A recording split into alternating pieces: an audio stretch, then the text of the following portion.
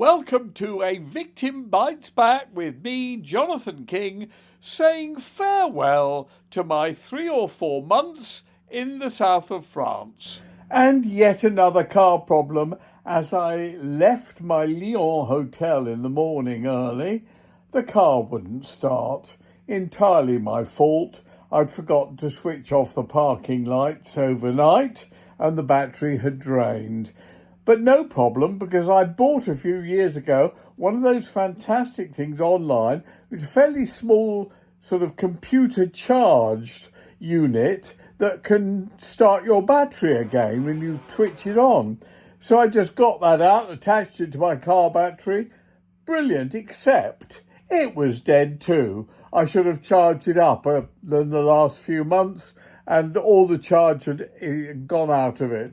Luckily, however, the hotel had a very efficient, large portable electric unit that they just wheeled out, attached it to my battery, and everything was fine. So in the end, no problem, apart from the fact that I'm stupid and 80 years old.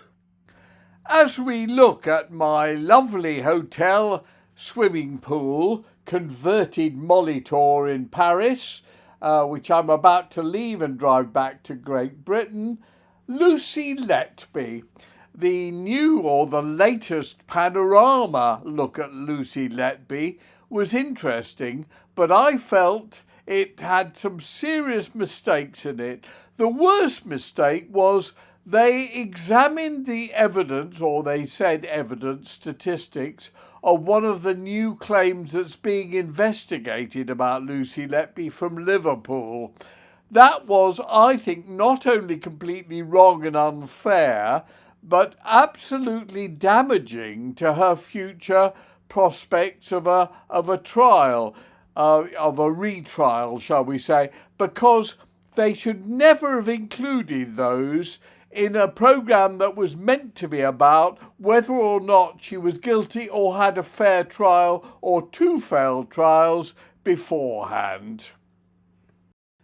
Other than that, I thought it was a fair and balanced show, but I did feel that both sets of supporters or enemies of Lucy Letby seem to be in extreme positions and simply cannot consider the various assorted aspects of the other side.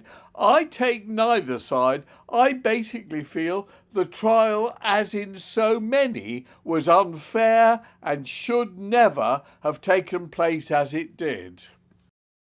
The other event of the week, of course, is the summit about Ukraine, Gaza and Alaska between Trump and Putin.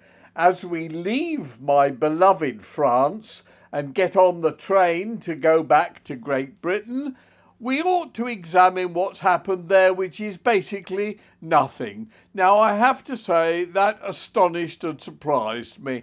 I thought Putin is bright enough to have agreed to a ceasefire on the lines that they now hold, which would have given him room to get up new advances and everything ready, under the pretext of spending several months discussing what parts of Ukraine should belong to who, and when in a few months' time that's not decided, he would re-attack Ukraine with a much stronger force. And this would also give Trump, who I think is on the Russian side, and I'll explain why in a moment, a very good reason to say triumph, triumph, and poor Zelensky, no reason at all to say, no, that's not acceptable. However, that didn't happen. To my astonishment, it did not happen. Both Trump and Putin do not seem to have reached any agreement, and the war goes on. I feel terribly sorry for Zelensky, but that's the way it goes. I think Donald Trump got enormous assistance online when he did his presidential bid second time around from both Russia and Israel, both states of which are experts at manipulating online opinion. And I think he owes them both a favour, and that's why he is so pro-Russian and pro-Israeli. But I was wrong about Trump, Putin and Ukraine. They seem to have reached no agreement whatsoever.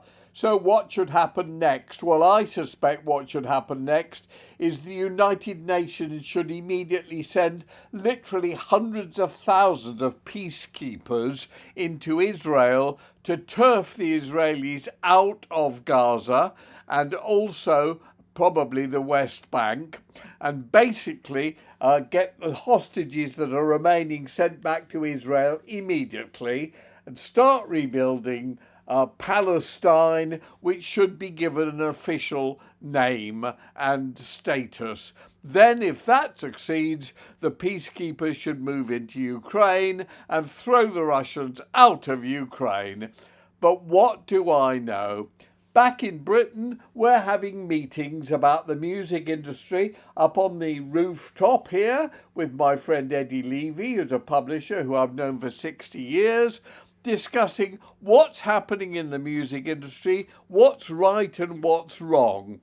My particular theory is that because people at the top of the music industry have no idea what mass appeal music is, they've gone to specialist music only, which has very limited appeal to the masses. But again, I'm 80. What the fuck do I know? See you next time round for a Victim Bites Back special.